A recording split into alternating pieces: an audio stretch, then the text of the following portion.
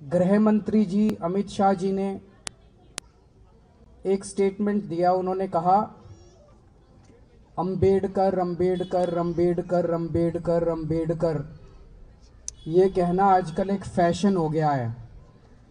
इतनी बार अगर भगवान का नाम लोगे तो 7 जन्म में स्वर्ग मिल जाएगा।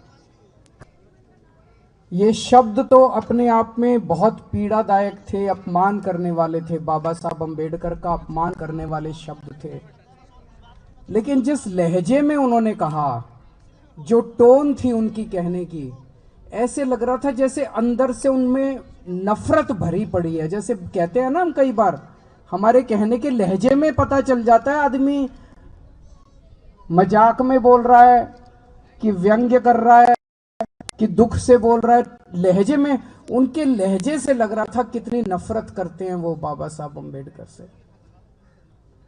एक बार मेरे को लगा शायद मुंह से निकल गया होगा, लेकिन अगले दिन प्रधानमंत्री मोदी जी ने बयान देके उनका समर्थन किया अमित शाह जी का। जो अमित शाह ने पिछले दिन बोला संसद में, मोदी जी कह देते भाई ये जो बोला मैं इससे सहमत नहीं हूं, चलो हम मान लेते। हमें लगता भाई अमित शाह के मुंह से निकल गया होगा।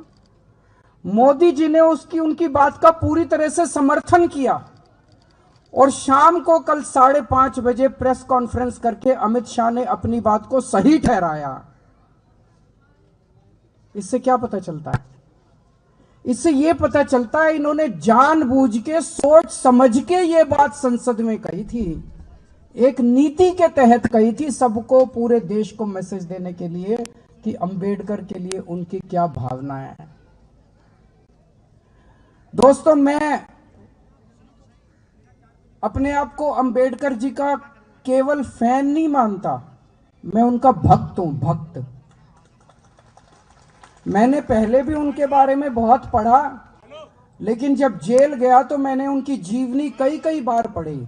उनका जीवन पढ़ने से बहुत प्रेरणा मिलती है। जितना संघर्ष उन्होंने किया ना, मुझे नहीं लगता बहुत कम लोग हैं जिन्होंने जिंदगी में इतना संघर्ष करके, और एक मामूली सा आदमी कहां पहुंच गया, कितनी ऊंचाइयों पे पहुंच गया कि कोलंबिया यूनिवर्सिटी में ने अभी उनको पूरी सदी का सबसे बड़े विद्वान घोषित किया, अमेरिका की यूनिवर्सिटी ने, कि पिछले 100 साल में ऐसा विद्वान नहीं हुआ, इतना बड़ा उनको तमगा दिया है।